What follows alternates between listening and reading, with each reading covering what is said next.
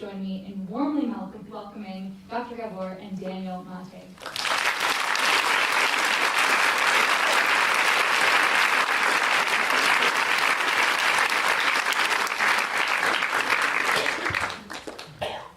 By the way, the name is Gabor. Gabor, I'm sorry, Gabor. That's okay. It's okay. I'm just trying. I keep hoping.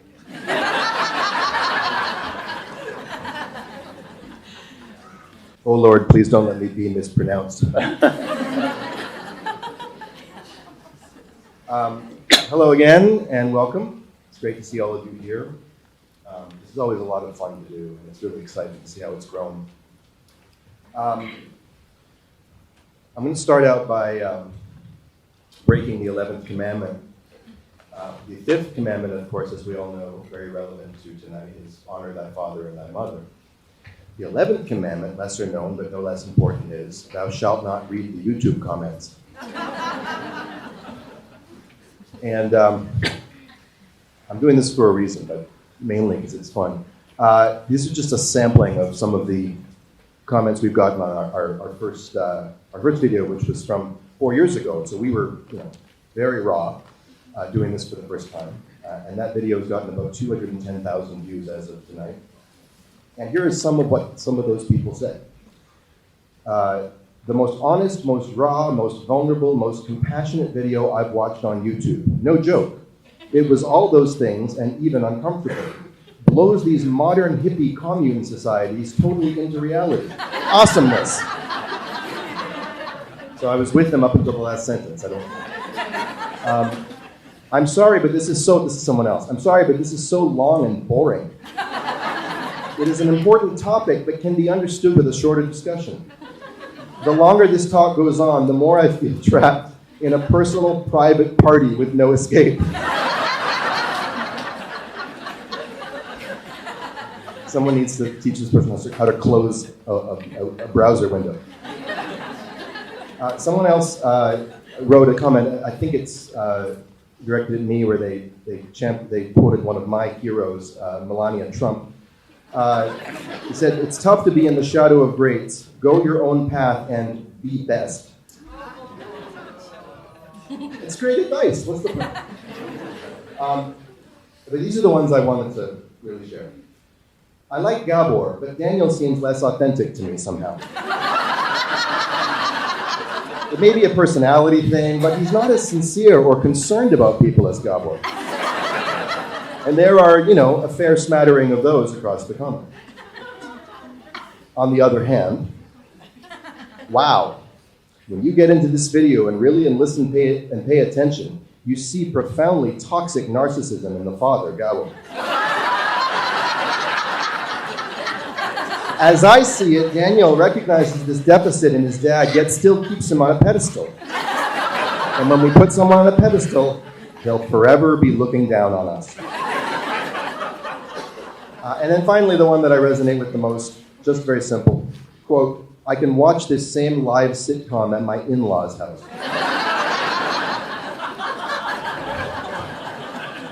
So, that's a pretty good icebreaker, right? We've all had a good laugh. But I also share it for a more serious reason, which is that there are as many ways to experience this as there are YouTube users, or at least in this, for our purposes, as there are people in this room, and people who are going to be in the room tomorrow and Sunday.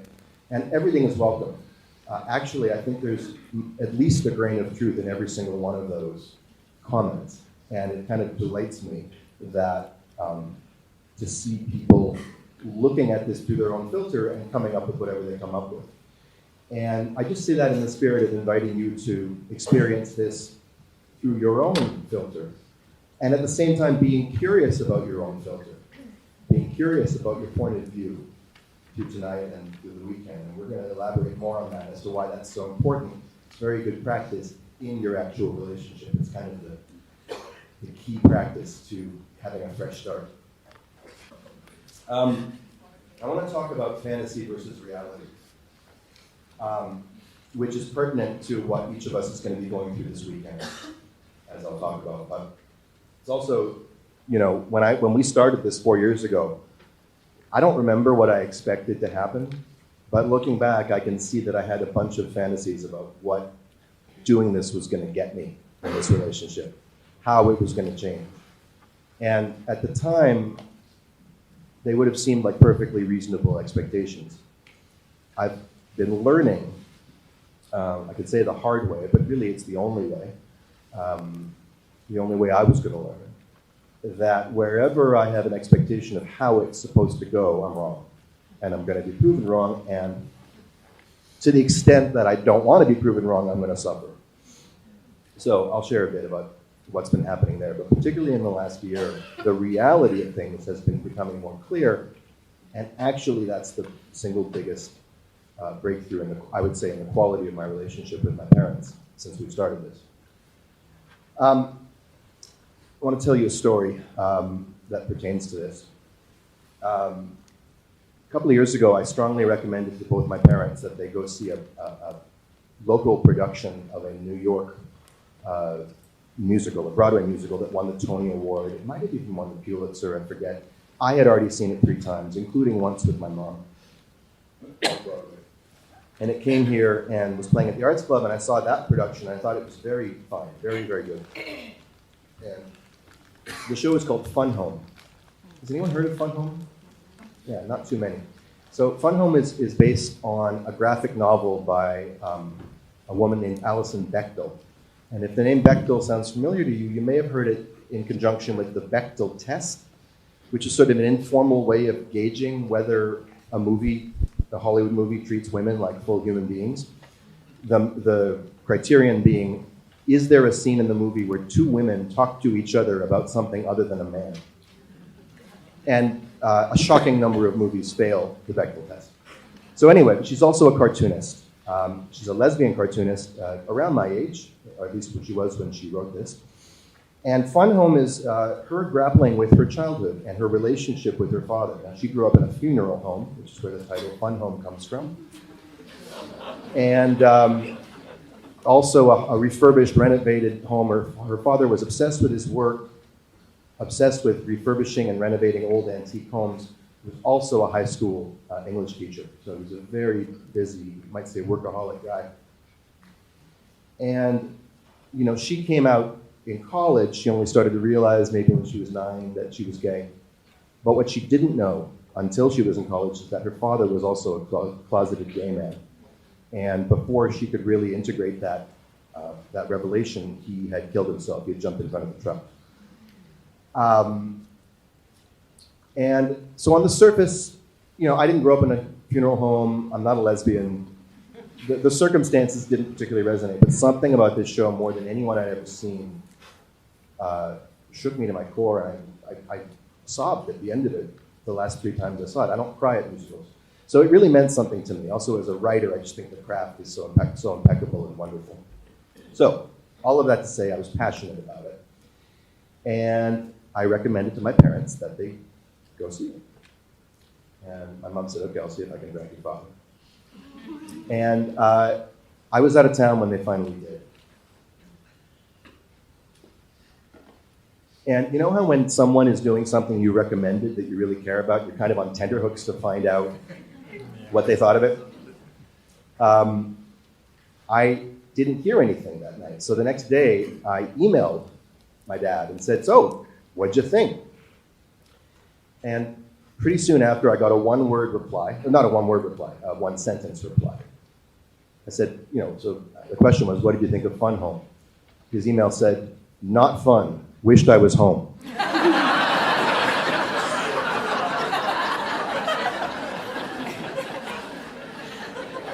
It's pretty clever, right? It's actually a good line. But I'll tell you something, I wasn't laughing. In fact, I felt punched in the gut. I felt like I'd been stung. Maybe punched in the gut is a little bit overdramatic, but it was an ouch. It was this visceral feeling of ouch.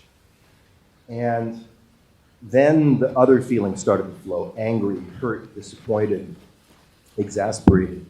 And I would also say deflated, like actually almost a physical sensation of having the air go out of me. And almost instantaneously, I can't even actually place which came first.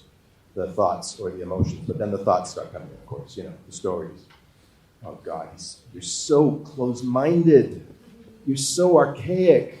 You're so contrarian and grumpy. And, why can't you just open yourself to an experience outside of your frame of reference for once? Listen, don't hold back now. Just say it.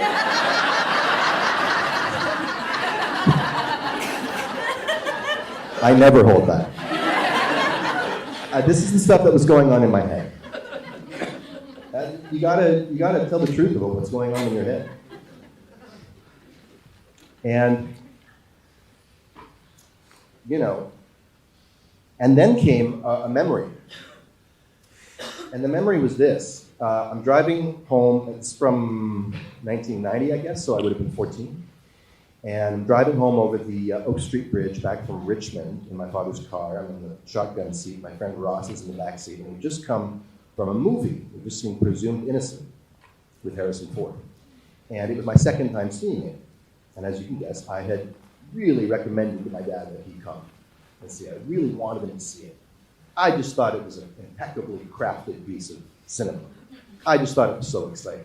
It's also a little titillating. It might have been my first time seeing a movie like that, But I just thought it was of such quality, and for some reason I really wanted to share it with them. So we're driving home over the Oak Street Bridge. It's dark. And he hasn't said anything since we left the theater. He's been very quiet. And I lean over to him and I say, well, so what'd you think? And he says, you want to know what I thought? And I said, yes, Dad, I'd like to know what you thought. And he said, I thought it was a hateful piece of filmmaking. I thought it was hateful. And I said, what do you mean hateful? And he went on to explain that he thought it was nasty and misogynist. That the only two women characters were very deeply unsympathetic, and sexuality was made into a violent thing, and all this kind of stuff.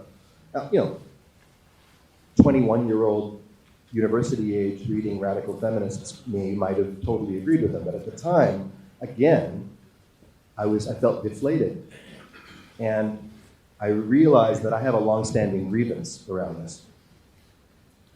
Now, grievances have a way of getting lodged in there. And lodged can mean stuck. It can also mean housed. And, we're like the innkeepers who sort of check out and don't notice that the guest has stayed for 40 years. And I've begun to think that underneath every grievance, there's a relationship between the word grievance and grief. And that underneath every grievance, there's actually a wound that has not been grieved. And so it is papered over by all of this narrative and these sort of habitual responses and, just reactions. And so when the Fun Home thing happened, it sent me, because we were already doing these workshops, it sent me into an inquiry. First of all, I thought it was so poignant. Here I am doing Hello Again with my father. I recommend to him a show about parent-adult-child relationships. He dismisses it in one line, doesn't have a good time, and I'm crushed. What's that about? It was just curious. And if you can get curious about these things that happen, the dramas that explode between us sometimes, or just kind of crop up, you're already many steps ahead than continuing to participate in the drama. And I did notice this was kind of, you couldn't write this shit. Like, this is pretty funny. And so here's what I know about grievances. Every grievance has a should to it.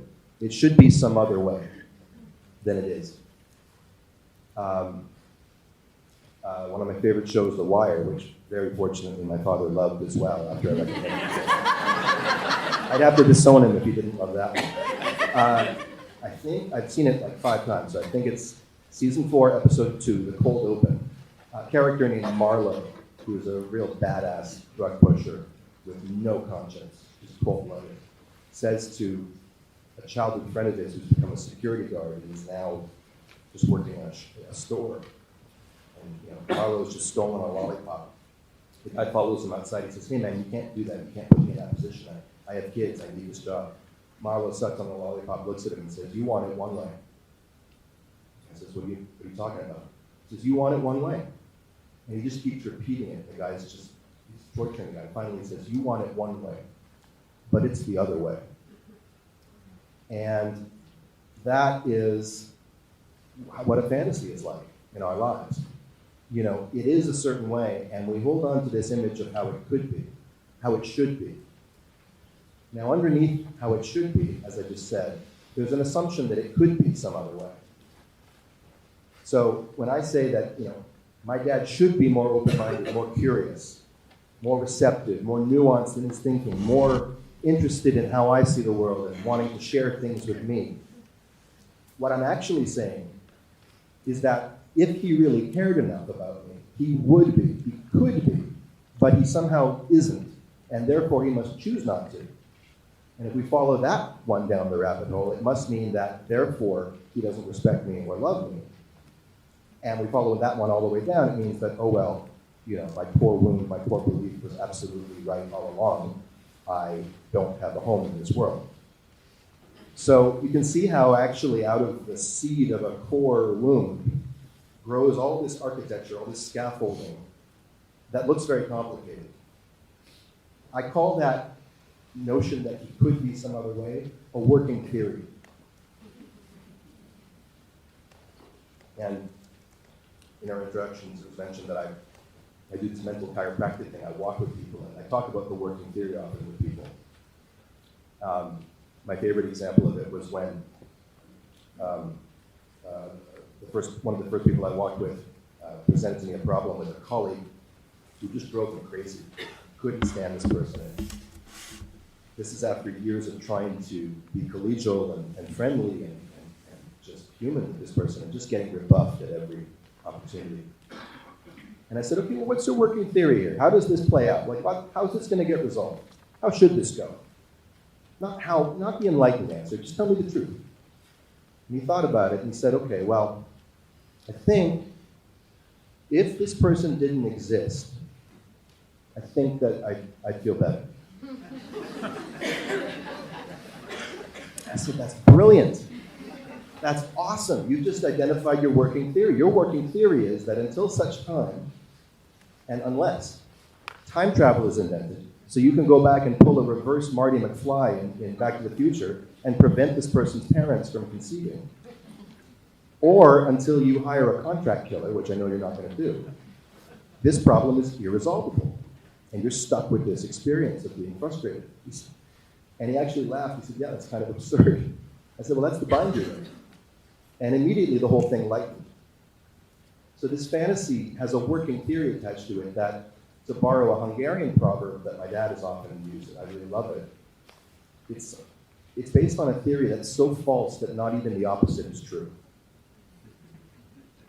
It's based on a completely nonsensical, absurd premise, which is that either time travel is possible, or the other person could be some other way, or that I can make them some other way.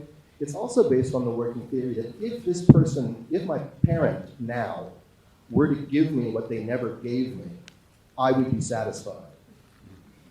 That would do something for me.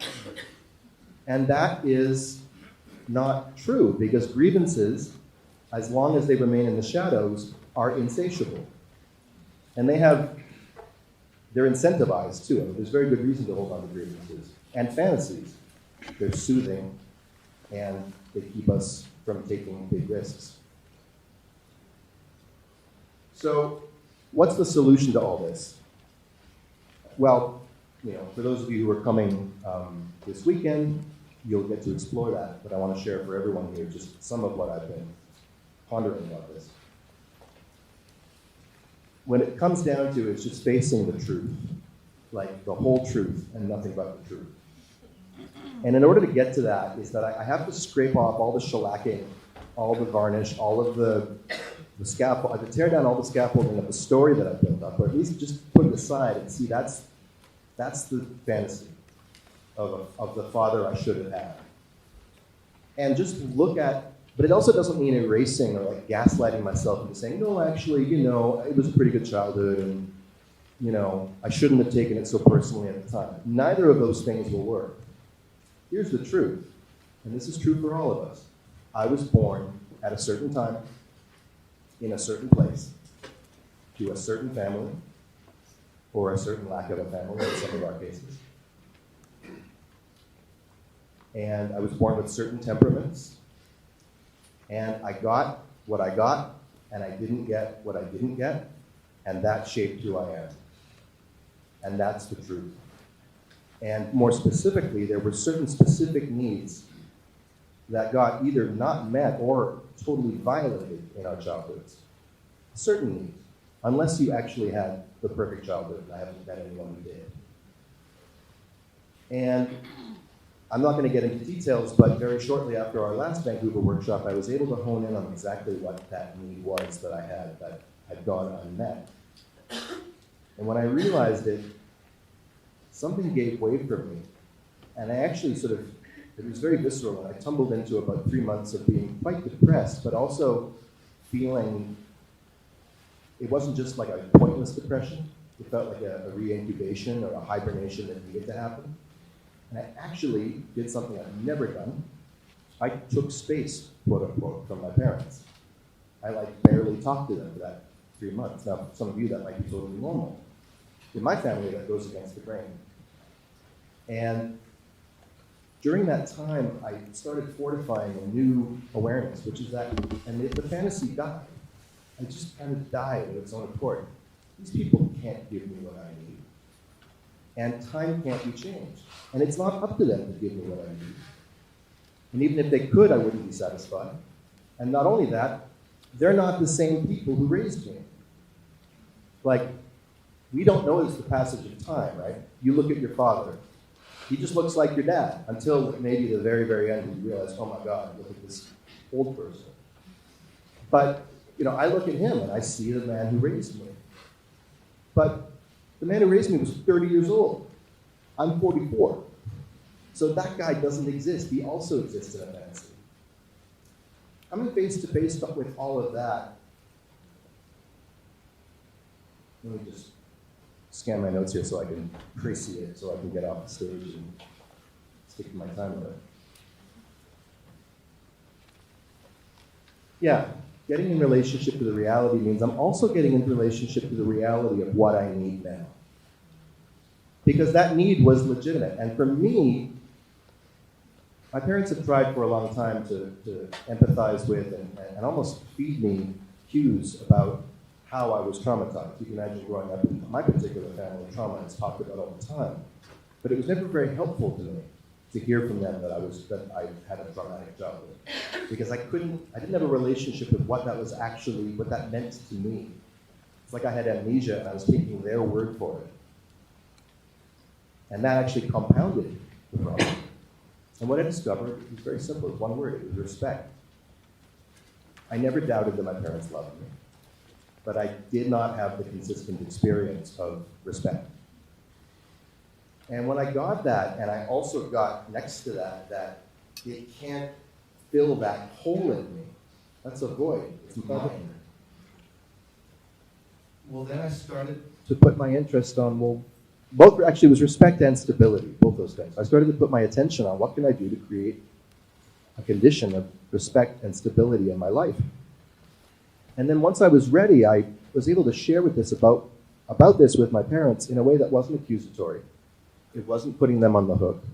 I wasn't expecting anything from them. I was just informing them, this is what's going on. I said to them, I realized, I had a spiritual concussion from some of our interactions, and you may be the brick wall that I ran into, but it's my concussion and you can't heal it. So I'm not blaming you, and these are the conditions that I need to be well, to grant myself respect and integrity. And like that, our relationship started to shift. Not like that, but it was a good demarcation point. And then it took following through on that. And there's been stumbles, and but I'm telling you, we've been having a higher order of problems since then. And I once heard it said that if you want to have a great life, don't try to get rid of your problems. Get better problems. Your problems are boring and shitty. If you want to have an extraordinary life, have extraordinary problems. And I feel like we're leveling up. And, honestly, and maybe this is the last thing I'll say, is I do have an advantage. Some people you might be sitting there thinking, especially people who, come here because they know this guy and admire him and are grateful to him for the work he's done, as I think is fitting.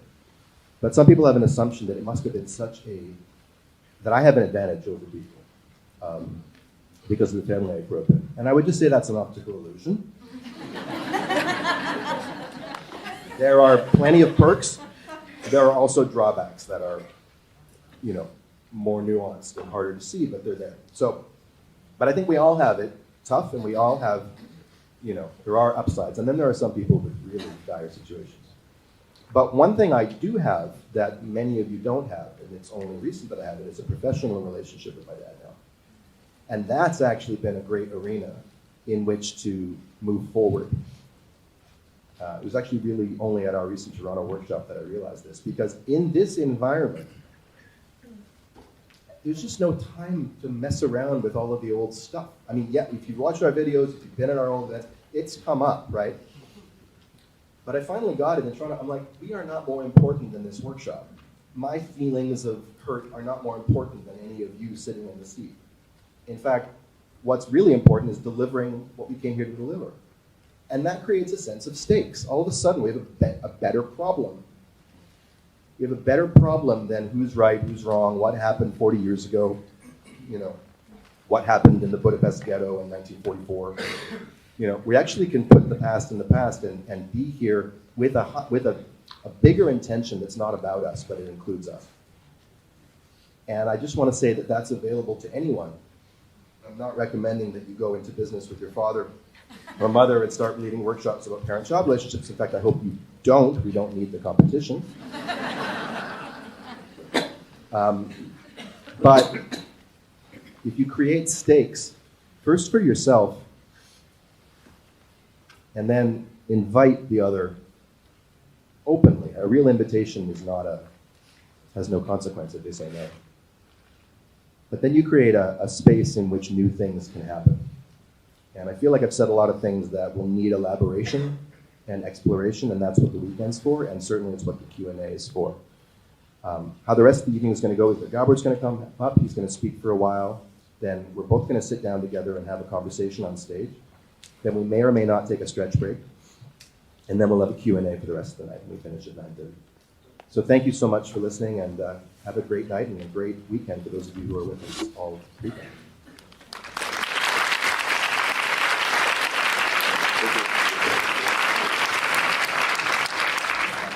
Can you hear me okay? Yeah? So I have to say it's a bit frightening, this congruence that's going to happen here, because we've been kind of feeding off the tensions, and people say how brave they are and courageous, sharing their stuff, and what's going to happen when the stuff disappears and we're actually cooperating really smoothly? It's going to be a totally boring show. That's what my concern is. I'm pretty sure I could get pissed off about something if you really want. What I'm referring to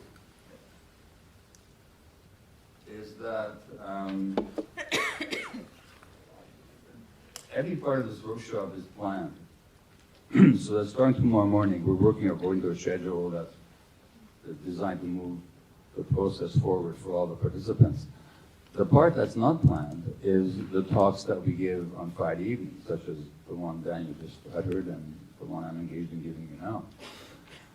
And what's frightening about that is how similarly themed, though, that our talks are, even to the degree of quoting the YouTube comments, which I had also copied out almost some of the same ones. Exactly. I'd like to begin, though, with, let me just tell you, I'm over a severe bout of laryngitis, tracheitis, so I may have a bit of a dry cough. I'm not infectious anymore, it's just a bit of an irritation. I'd like to begin with gratitude, first of all, for Hollyhock. Really, this workshop was generated over coffee with the previous program director here at Hollyhock, Leslie Hoffman, who subsequently went to New York. And somehow, I think she's the one that envisioned us doing this workshop. And and that workshop this is its 6th or 7th iteration, and it's going to become a book, and all because of we had coffee with somebody from Hollywood a few years ago.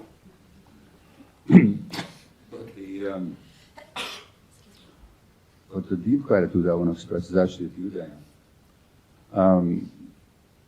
I'm just grateful to be in a position to be creating this project with you and to be working with you. And I'll say more about that acknowledgement later on, but I want to begin with it. Because the reality is that although we've had a working relationship since this began in 2016, we've had a working relationship, but that doesn't mean that the relationship was always working. And literally, either before or during or in the immediate aftermath of each of these workshops, including the one we just had in Toronto a few weeks ago, there's been major blow-ups, major issues between us. And what I'm grateful for is that you hung in there. You too. By the way, I had one of my genius ideas today when in a swimming pool. That's one of the best ideas come to me. And I know some of you are participating in the workshop as parents and children, like together. But some of you have just come as parents, right, without the child. And some of you are serious, just the child without the parents. And my genius idea was that just adopt each other. Forget about those fools that didn't count. And your problems will be solved. Well, let me read you some of the comments I copied out from YouTube. Now, if you watch including the one that I could stay home and watch the same sitcom with my in-laws, I copied that out. One of the tensions between Daniel and I working publicly has been my perception that he talks too much. And I happen to say so on stage here in the middle of our first presentation. And here's somebody's comment, which is the one that's on YouTube and has had 210,000 views by now. And this person writes, I never thought Diane was talking too much. In fact, the period when he was talking too much, when I was learning so much, I wanted him to talk more.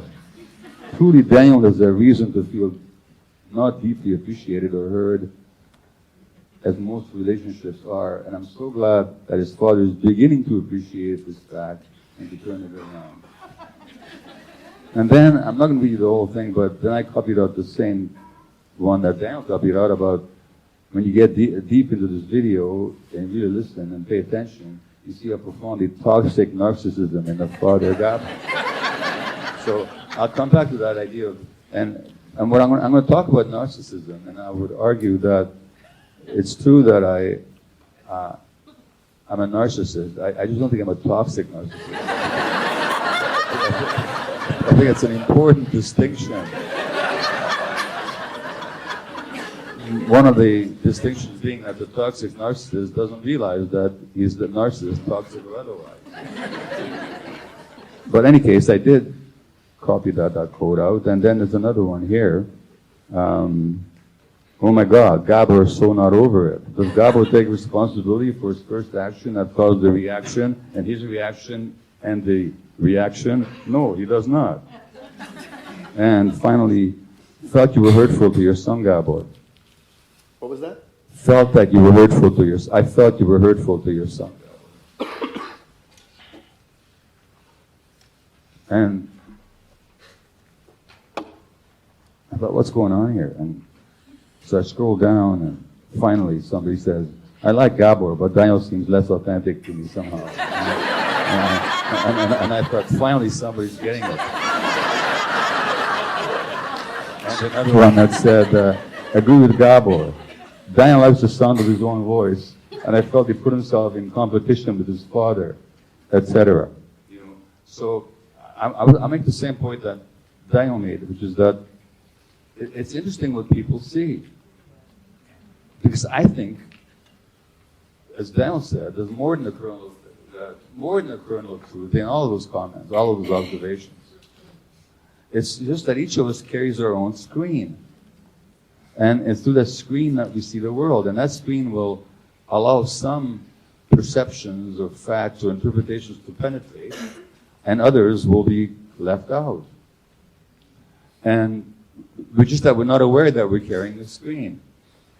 And it's like that Rorschach test, they used to do this in psychoanalysis where somebody's shown a nondescript, shapeless picture, but then they generate what that means to them. And to each person, it'll generate something else. Like the standard joke is that, the psychologist presents the same picture to three people, and what do they see? Well, the picture is two parallel lines on a flat lines on a page.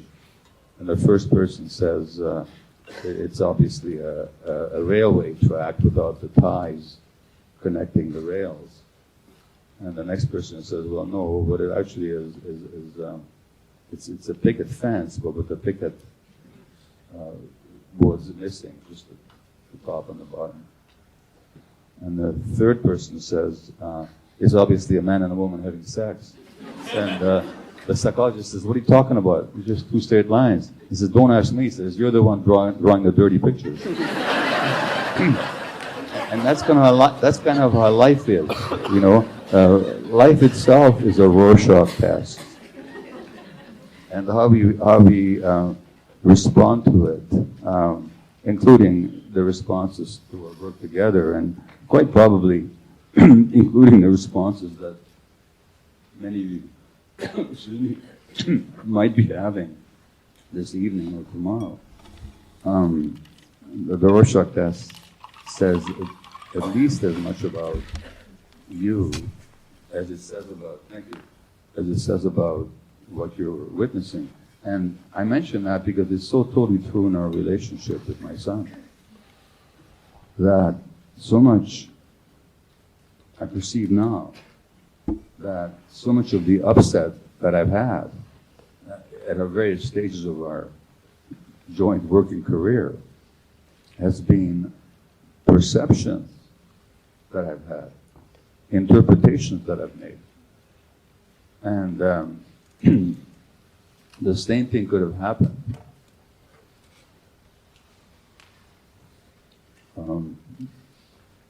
But had I had a different interpretation, there would have been no upset. Or it would have been handled very differently. And so that's one of the lessons that I've done a lot of work on trauma healing and engaged in various spiritual practices, and it's all been good. But really, when you come down to it, the hardest spiritual work is actually in your daily life. And if by spirituality we mean not some religious or esoteric concept or ultimate reality, but simply mean actually how we're relating to reality at this present moment, and how we relate to reality at this present moment, as Eckhart Tolle teaches us so eloquently, depends very much on our degree of consciousness, our degree of awareness. Well, that consciousness is gained most with the greatest effort, I think, but also with the greatest impact in our personal relationships.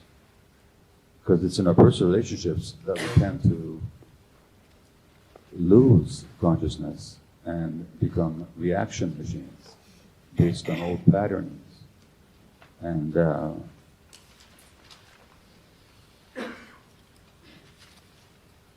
it's, for me, that's been quite a challenge, because I don't want to tell this audience, but when I go out there, I get a lot of appreciation and gratitude and acknowledgement and thanks and love. And some of the milder comments say that I should be president of the world, That's, people write that kind of stuff. And then I come home.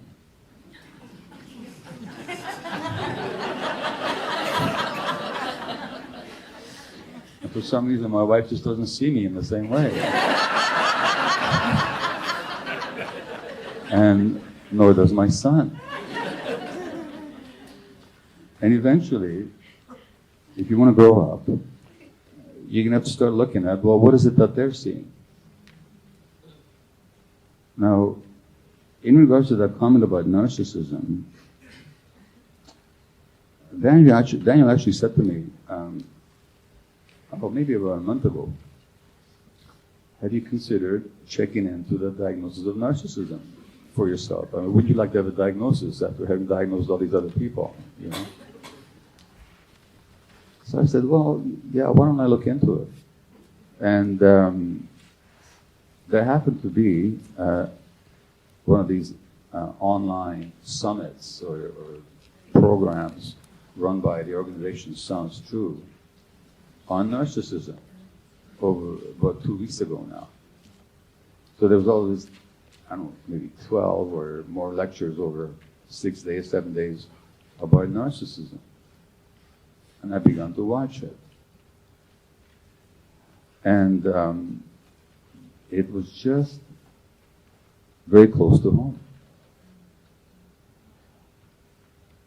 And the essence of it really is that to the narcissist, what matters is their own experience. But they have no idea how to consider the experience of others. And when their own image of themselves is challenged, well, I can tell you this little story. I was in London in June. Why do you laugh? And I was giving, I gave a public talk to 1,500 people in a workshop, very successful, my usual articulate, insightful, very present self, you know. And on Sunday, this was Sunday, after the workshops, and I was going to do an interview, a TV interview on British television, and but it was delayed, so I had time to go to the Uniqlo shop to pick up some shirts. Uniqlo is a clothing shop, and I went there, and then, without going into a long story, on the way out, I was accosted by the security guard and marched to the back under the accusation that I had shoplifted a shirt. Well, of course I hadn't, you know, which eventually they convinced themselves of, and nothing happened. But what was interesting is how did I react? So this guy who's so wise and insightful and present, I just freaked out. I started yelling and calling them names, and I mean, just, you know, it was quite a show. I'm really glad it didn't end up on YouTube.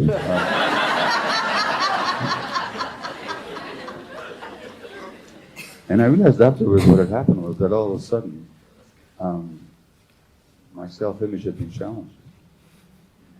They had legitimate, I won't say legitimate, but they had some reason why they thought I did that. There's something that did happen. It wasn't shoplifting or anything like that, but it was a clumsy exchange of clothing. It doesn't matter the details. But they had some reason why they thought the way they thought. Not for a moment did I consider that they're having a different experience than me. It's purely a narcissistic reaction. Otherwise, you said, okay, I see that that's what you perceive, and just look in my bag and check out the receipts, and let's just get on with it. Now, that dynamic shows up a lot with my son. In fact, with everybody in my personal life, but particularly with this son of mine who and I are working together. And it showed up also in our workshop in Toronto. Don't worry about it, just go. Okay for now? I want to hear what you're about to say next. I'm sorry. You've caught me in a good mood. There's this book called The Four Agreements by Don Miguel Ruiz. It's one of these little spiritual volumes that could be just 4 pages long, but it's 100 pages long because they have to write a book. But the essence of it, as often, is very, very good. And these 4 agreements are the ones that will get you through life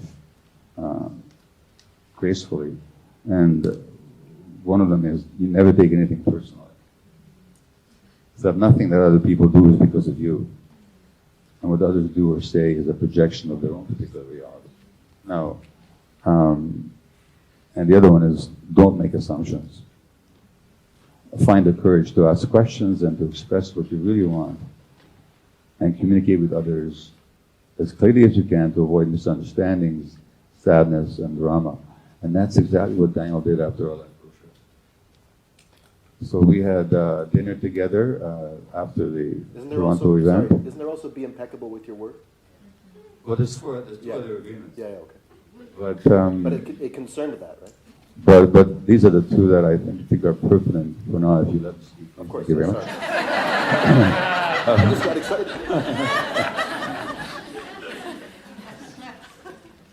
Because you didn't take it personally. No. And you found the courage to ask questions and to express what you really wanted and needed. And that actually left me feeling very positive, a bit, Huckleberry Finn says, not feeling too brash, but feeling very optimistic and very positive about this workshop and very excited about this workshop going on this weekend. But yeah, we don't just have to go up on stage and struggle and strain and let it all hang out and be so wonderfully honest and courageous in the eyes of so many people. We can actually tighten the ship. We can actually be intentional about it, just in the way that Daniel said, that it's not about us, it's really about what can we help other people to realize and to understand.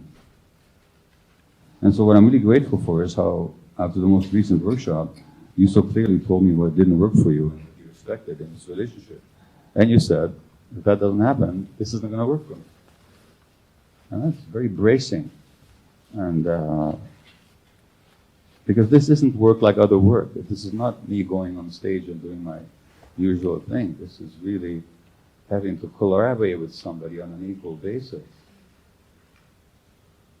And that's very difficult, I think, for parents to come to a position of equality. When I say equality, in the sense that no longer looking on the adult child as some kind of an extension of themselves, but as an equal partner or something, whose point of view have to be taken just as seriously. Now, adult children face challenges as well of their own, and Daniel will speak to them and we'll address them tomorrow as well. I'm speaking tonight from the point of view of the parent. Let me just finish with a couple more comments, which is, Daniel and I are working on 2 books together now. The second one will be published in 2022, will be Hello Again, a fresh start for adult children and their parents. And we'll mention this Sunday morning. But for those of you that will not be there this weekend, if any of you feel you have interesting stories or problems to bring to us that would help this book project along, please give us your contact info. Better join our mailing list. Or join our mailing list, and we'll contact you when it comes to writing that book. And the other book we're working together is the first one to be published in 2021. Now, this is my book, but it's going to be written with Daniel. In fact, it is written with Daniel, and it's interesting because I've come to a point now where this is going to be a major book for me that brings together everything I've learned. But I could not be doing it without my son. I just could not write this one without him, for reasons I won't go into now, but it's just such a support. So I'm grateful to have come to that point.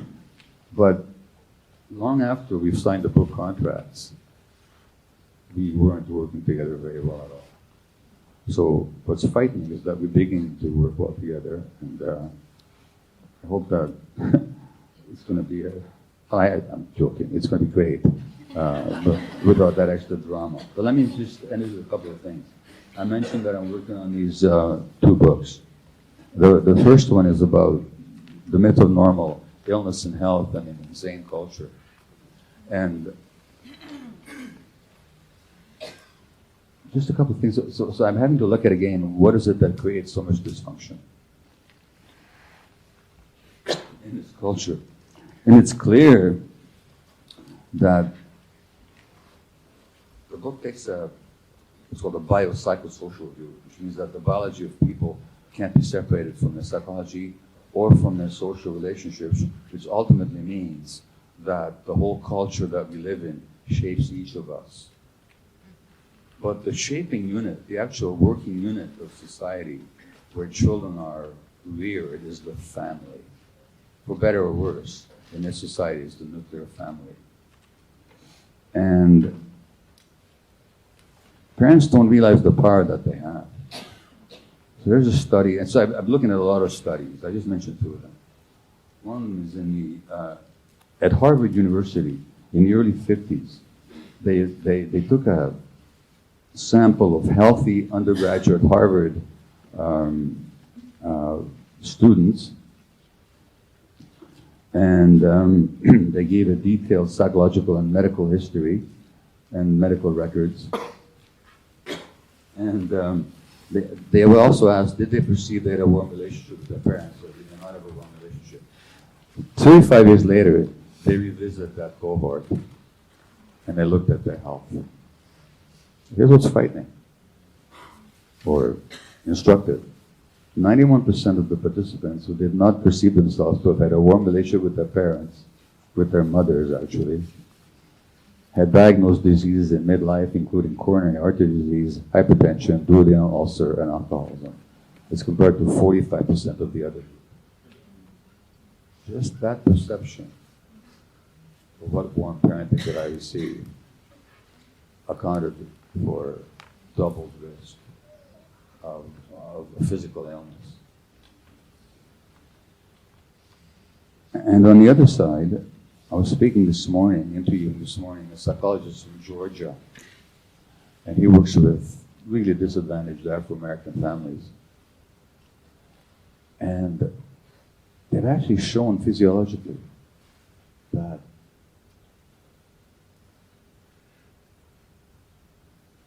you take two groups, totally equivalent groups of kids and families, and you assign one of them to receive some basic training in supportive parenting, and the other one doesn't receive the same training.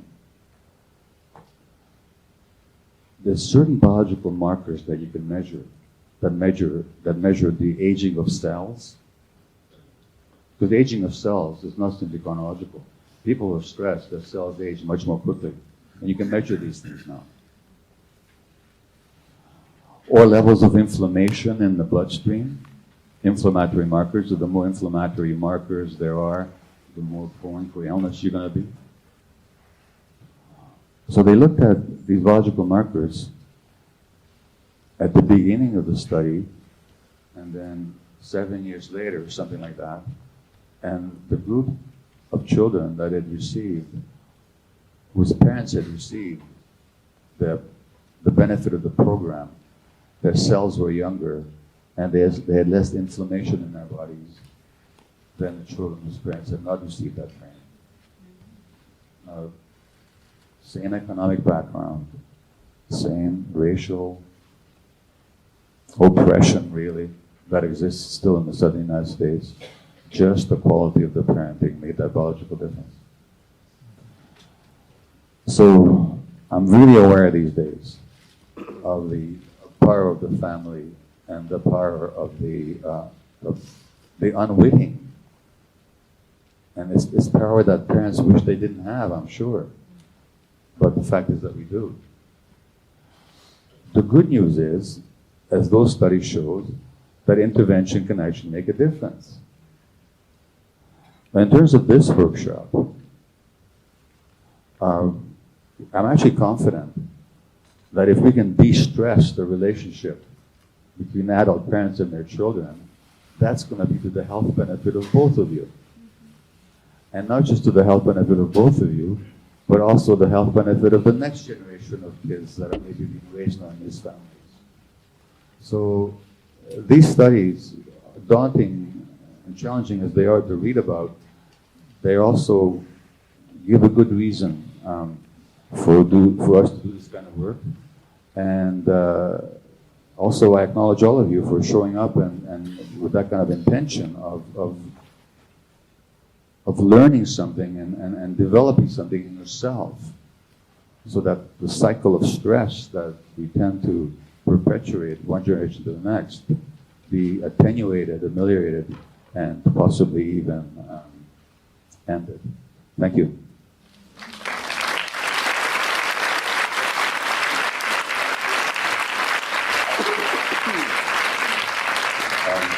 The first question, let's see, hold on a second here.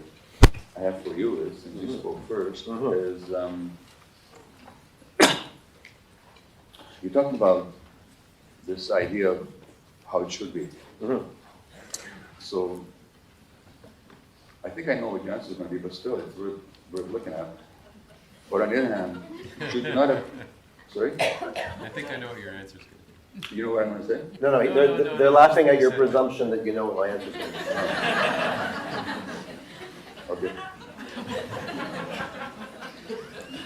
There's a greater than zero chance that he's right. Is there no security guard here to escort? Get out, sir. All of us?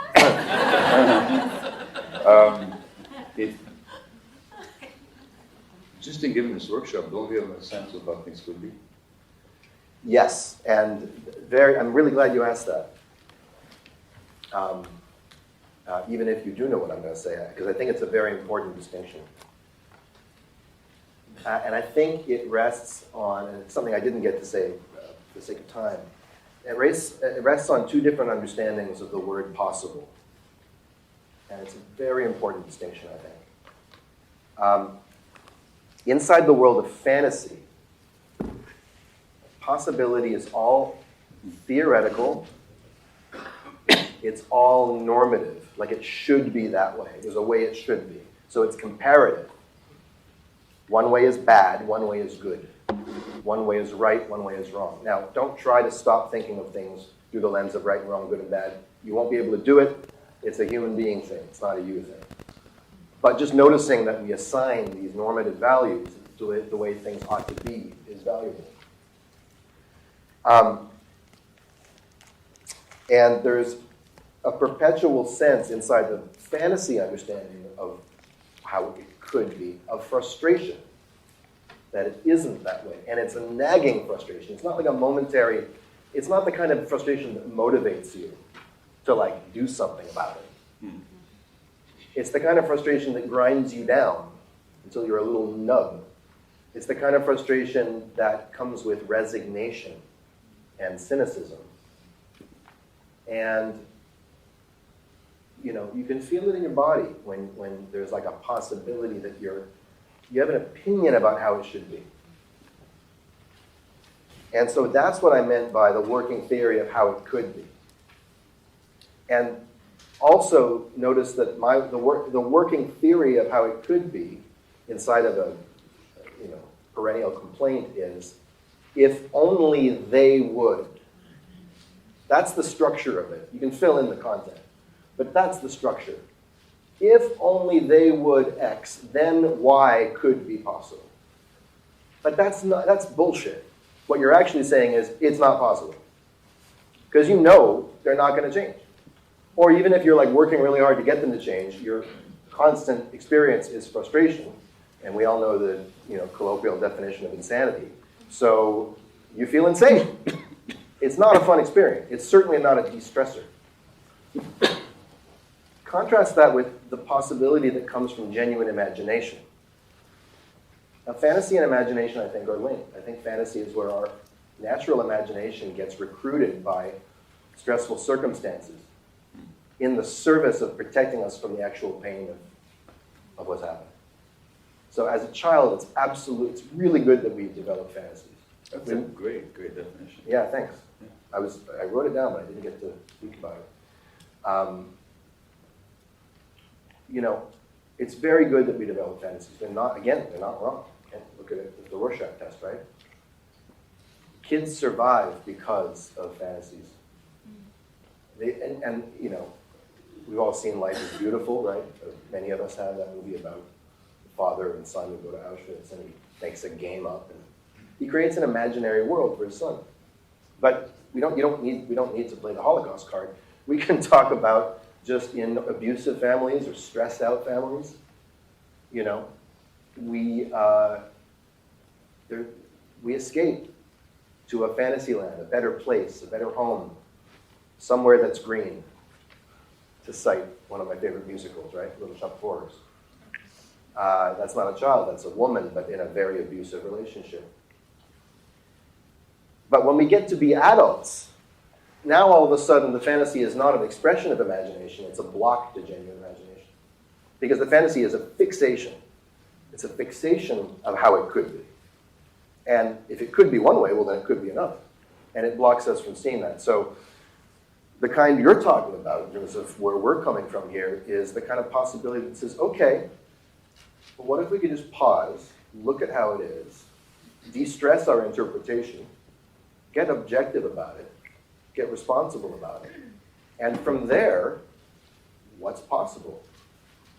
And the answer is kind of anything, really. Anything that we mutually want to create. And even in situations where there's no mutuality, where there's no reciprocity, anything that I, as an individual, want to create as a baseline standard, as a condition for the relationship. Of course, I can't change who they are. You know, I can't turn you and I both into 6'10" basketball players. Can't do that. But in the realm of like what the quality or the tenor of our relationship could be, it's just about, that's the last thing I'll say in response. I've been thinking about the difference between boundaries and conditions. We often talk about boundaries a lot in like the self-help world. And I'm starting to think that they're past their expiry date as a concept. It's an important concept, don't get me wrong. You gotta know where your boundaries are. As when I was 12, I said to my dad, I don't know where you end and I begin. That's a real boundary issue, right? So I personally have to know where my boundaries are. But when I say to you, respect my boundaries, that's like telling someone, you better not cross the border, and they don't know where it is. Borders don't exist. They're invisible. It's just land, right? But the conditions these are the conditions I need to thrive. That's what I need. And if I know that, then I can tell you what they are, and then I can want a relationship with you. But if I'm going to have an integrous relationship with myself, I got to be true to myself, right? I think I got a bit afield from what you're asking, but yeah, it's about just looking at reality and saying, okay, once we clear away all the muck, what could be now? And that's the concept of flow again, I guess. Okay. Yeah. I have a few things I want to ask you. So, as they say, that's enough talk about me. Let's talk about you. How do you feel about me?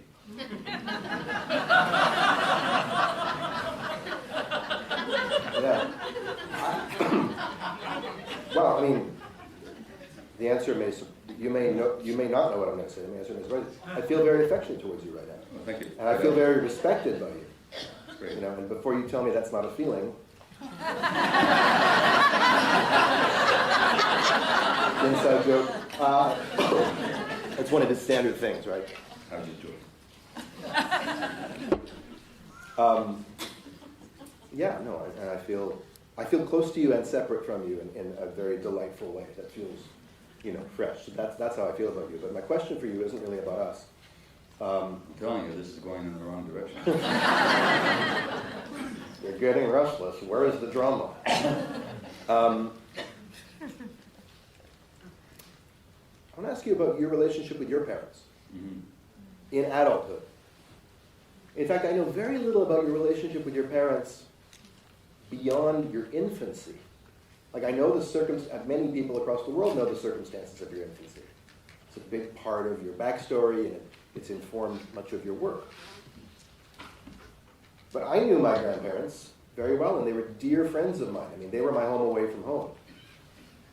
And they were a safe place for me. And they were deeply interested in me and deeply respected me. I love these people.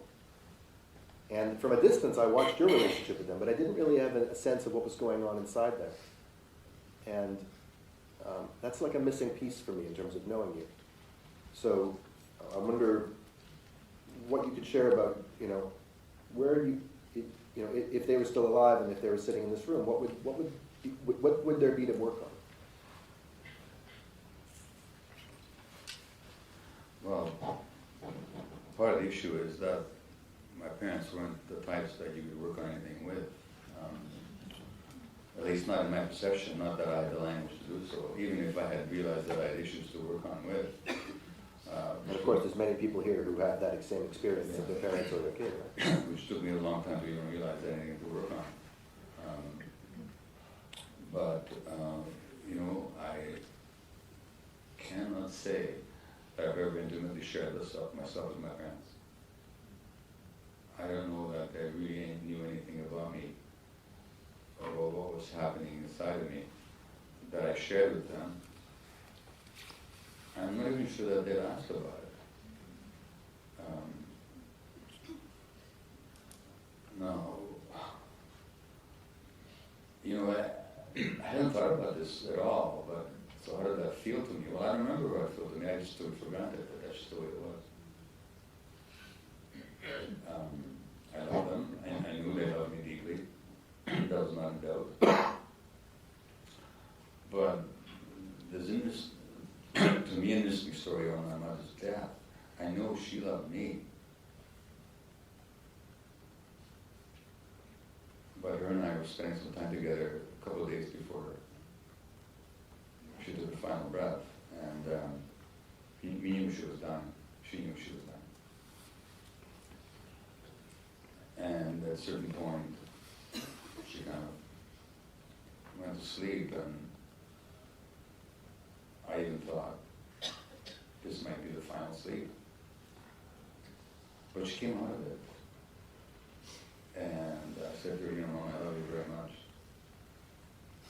And she gave me the most beautiful smile that I remember seeing from my mother. She wasn't much to smile much. Not to me anyway. And she gave me the most beautiful smile. She said, I know you do. And that was such a gift. I didn't have her love for me. I really didn't get that she got that out of her. So that was almost the last conversation we ever had. With my dad, I lacked respect for him in some significant ways when I was a young adult. Then I had some grievances. And in the end, we became, and at a certain point, he started sharing with me certain aspects of his relationship with my mom that he had to. I became kind of a confidant about some issues in his life that he wasn't telling anybody else about. And that was okay. I was an adult. I could really handle it. But there was no reciprocity of sharing. And then, you know, as you said before, when you were talking, that the parents that brought you up, not the parents that you say goodbye to. So that we had a respectful, loving relationship at the end with my mom and with my dad. Not emotively deep, but then, you know, it didn't have to be. Yeah. I didn't rely on him or my mom I had a rich emotional life, too rich in some ways, but I didn't need them to be a part of it at that stage of life. So that's how it was. Yeah, what came up for me when you were sharing that is, you know, you talked about how you know, possibly doing this work can spare the next generation some stress. Yeah. And I got to tell you, when you said that, I forget what you said about grandma, about your mom. Maybe that you never shared yourself with her or something. Yeah. I felt this twinge of sadness. You know, that these two people whom I loved so much, and who I come from, that bond wouldn't have been stronger somehow, and that there was something in the way. And at the same time, I recognized you all survived something together that linked you forever, right? You had this. In certain ways, there were depths that didn't need to be spoken about, right? Yeah. Okay, well, thanks. So I'll ask you the second question, and that'll be it for me. That is, you talked about grievances, and so what grievance? Name one grievance, the salient one that you had towards your parents, and just tell me if you really dropped it and what that dropping. You talked about it, but are you convinced that you really dropped it? Mm-hmm. And how's that showing up for you? Mm-hmm. Well, here's the thing. I don't know that I can name it, because before I identified it, it was everywhere. I also used to work at the Portland Hotel Society, a block away from here, and wonderful people. I loved my job there for 2 years, and some people were crack cocaine users, and sometimes a heavy crack user will perceive that there's bugs crawling all over them, and they'll be, scratching furiously to try to get them, and they're called, crack bugs, and no one else can see them. And it was kind of like that, and being around you guys would inflame, talk about inflammation, it would just inflame this fury, this indignation, everything you did would irritate me, and then there would be certain flare-ups. What I realized, that again, this is a year ago, almost exactly a year ago, I began to realize that the grievance went back to my actual lived experience as a child. And it's funny, it came to me almost like a koan, like a Zen koan. It came in I was staying with you guys the week of the workshop, and we had this big blow-up over something, right? And we were all doing our best. We were trying so hard. And if you could sketch a courtroom sketch of it, my dad is hunched over like this, and my mom is on the couch like this, and I'm just like, but the phrase that came to me all week that week was, the floor is not the floor. And I knew instantly what that meant. And I remembered nightmares I used to have as a kid, where I'd be in one reality, and then I'd be in the back seat of your old Toyota Tercel, your white car, whatever it was, and I'd find myself opening a portal through the floor and falling into another reality and hoping it would be better, and it wasn't. And then another, and the floor was not the floor. And it was a fun home. I mean, right, funeral home, but also fun house. It was a house of mirrors for me, in my experience, where nothing was ever stable, no words ever meant the same thing, where everything was contingent on the shifting fluctuations of the subjectivities of a narcissist and a codependent. And their relationship, which took precedence over everything. Hi, Mom.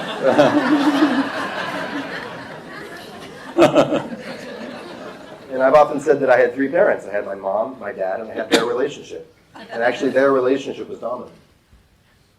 And I preferred my relationship with each of them to my relationship with the two-headed dinosaur, which I once drew a very evocative picture of that my parents loved so much that they kept it. That's where my family's weird. Oh, we're so proud of our son. It's a little dinosaur being, dominated by two big dinosaurs. And the caption, I think I wrote it when I was 6. Is this the proper way to treat a child? That should have given us a clue. Yeah.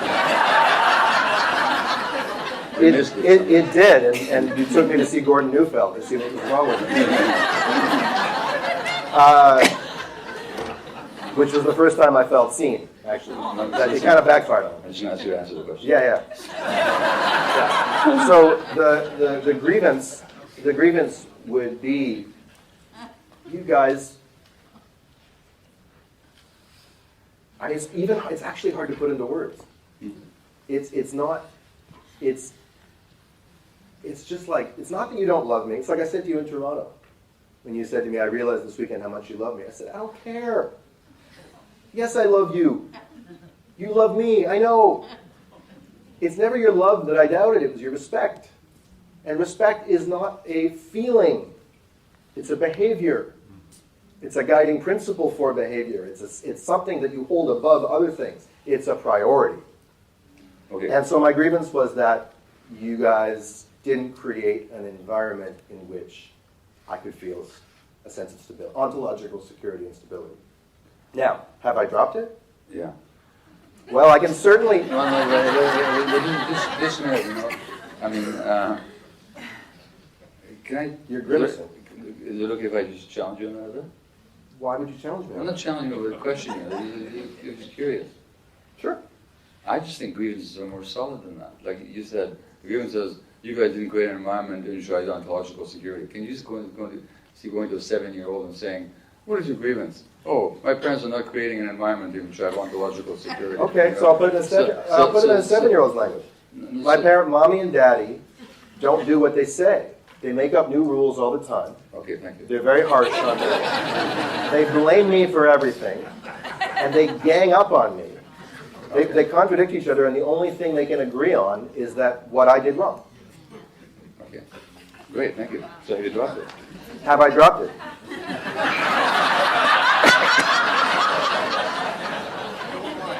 Hands up, everyone who thinks I've dropped it. No, let me say this. Let me say this, as Bernie Sanders would say. I'm starting to think that that's actually a fallacious question. It's a misleading question. There's a working theory under it. And the working theory is you drop it, and then, oh, look, it's been dropped. There's like a discrete moment where you drop it. I don't think that's how it ever happens, ever. I think it drops you. It lets go of you eventually, to a greater and greater extent. Yes, there are discrete moments where you start to get freer from it. So let me ask you that. Have you experienced the shift of that? Very much so. Okay. That's a more interesting question, actually. And this is instructive. Because have I dropped it? Well, there's all kinds of evidence that I haven't. You can see how heated I can get about it. But also, I'm a performer, right? And I'm actually channeling, I'm actually expressing in front of you and in front of Mom in a safe space with people the unrest that I had for years. Yeah. So there's actually nothing threatening about that. It's not an indictment of me that happens. It doesn't mean I haven't dropped it. But yes, I've experienced a shift. Great. So if we hold ourselves to these impossible standards, we let the perfect be the enemy of the good. So what I'm asking is, off. so what is the internal, what is the shift? The shift is internally. Yeah. Not about ideas about us, but Right. for you. Well, yeah, it starts with me. I have the awareness. Like one thing that's dawned on me that I can never unsee. One thing I've gotten, and I think for life I've gotten this, that I am the source of my own stability. Period. I'm the source of my own security. I'm the source of my own safety. I'm the source of my own integrity. And it feels good to say that. It feels scary to say that still. It almost feels like there's a voice in my head that says that's conceited or something. But I got to keep planting my flag in that soil, because that's the only soil I know that grants me any kind of peace, right? And then as that pertains to you, as I'm entering your home now, I don't live with you anymore, I don't even live in the same city, I'm in Victoria. As I take the ferry, as I'm driving to your place, as I step in, I'm aware of how stable I feel. I'm aware that I might be walking into a situation that might have varying degrees of stress in it. There may be some inflamed personalities, there may be some calm personalities. You guys may be getting along, you may not be getting along. And I just prepare myself for whatever. And I divest myself of the fantasy of how I hope it is and how I hope it's not, and blah, blah, blah. And then when I walk in, you are how you are. And it goes from there. And I've been finding, yes, I don't know if you've noticed, but I find myself a lot less reactive and just more allowing of how you are, which is the only way you can be. And able, when necessary, to stand up for myself and what I'm about and say, these are my conditions. Great. Thank you. Thank you. Yeah, one last question. It may be kind of very broad. Well, let's take one, okay? Yeah. It's 8:30. No, I'm just saying that it may open a can of worms. But It's something I've wondered about since we started, and I told you a little about this earlier. It's about chemistry. Like, I've been wondering whether there's a fundamental different and I'm not a parent yet. I hope to be. I intend to be. But I've been wondering if there's a fundamentally different just baseline chemistry between every parent and every child, just as there's a different chemistry between every person you go on a date with, right? Which is not to say that like one chemistry is better than the other in the parent-child context, but it occurred to me when I was watching a video of you, a YouTube video of you with my brother, Aaron, who's a journalist in Brooklyn at the Gray Zone. You should really follow him. He does great work. And I was watching you guys talk about a political issue, and I was really struck by how calm you were together. Just, you guys seem like best friends.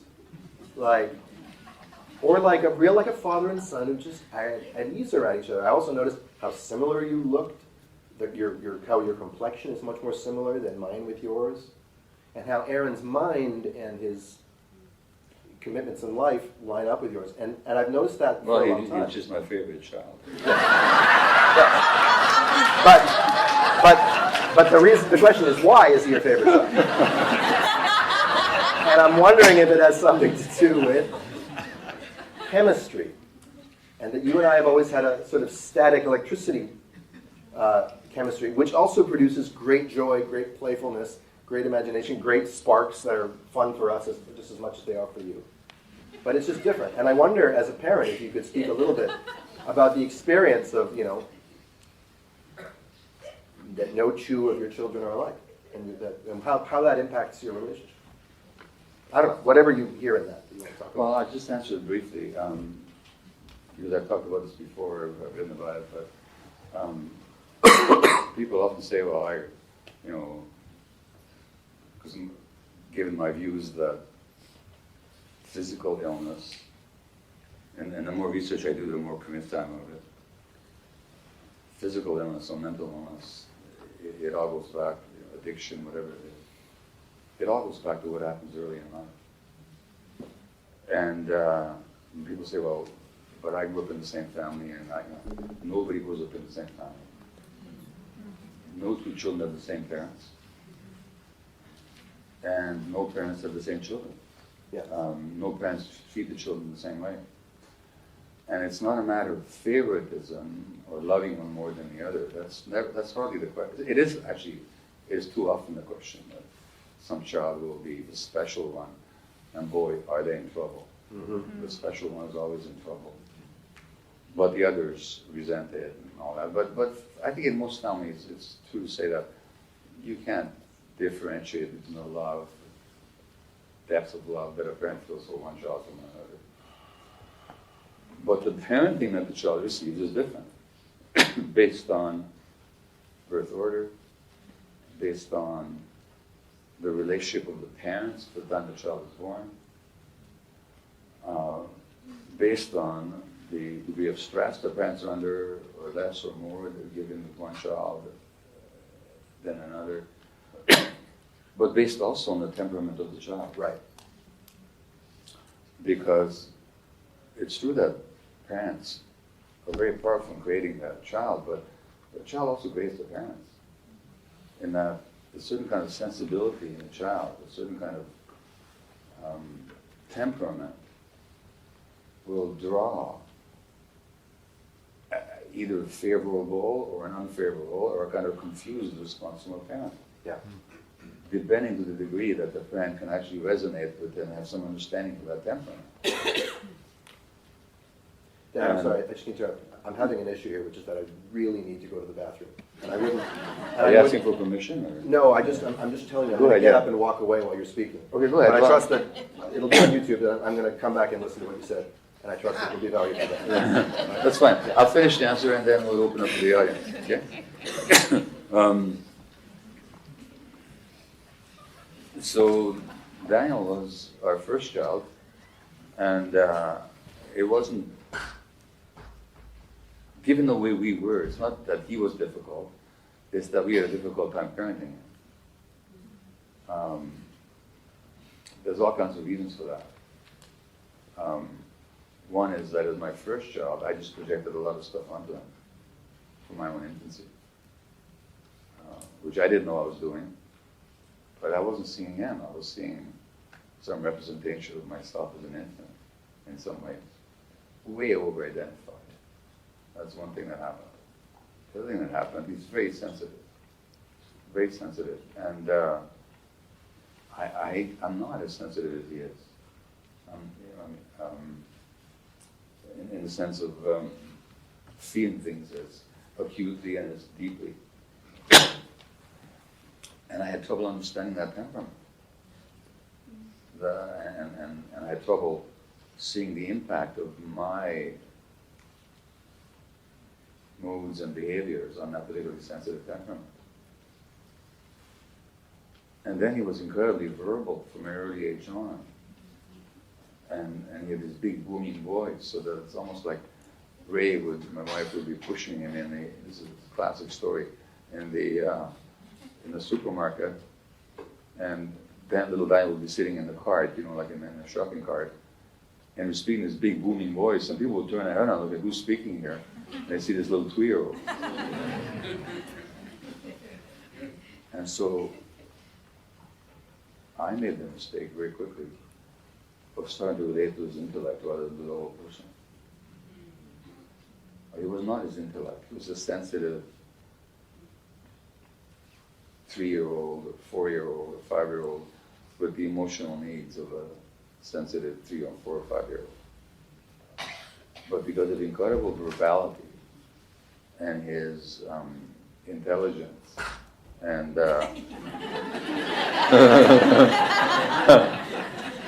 and I would treat him like an equal. And I would expect him to understand things. So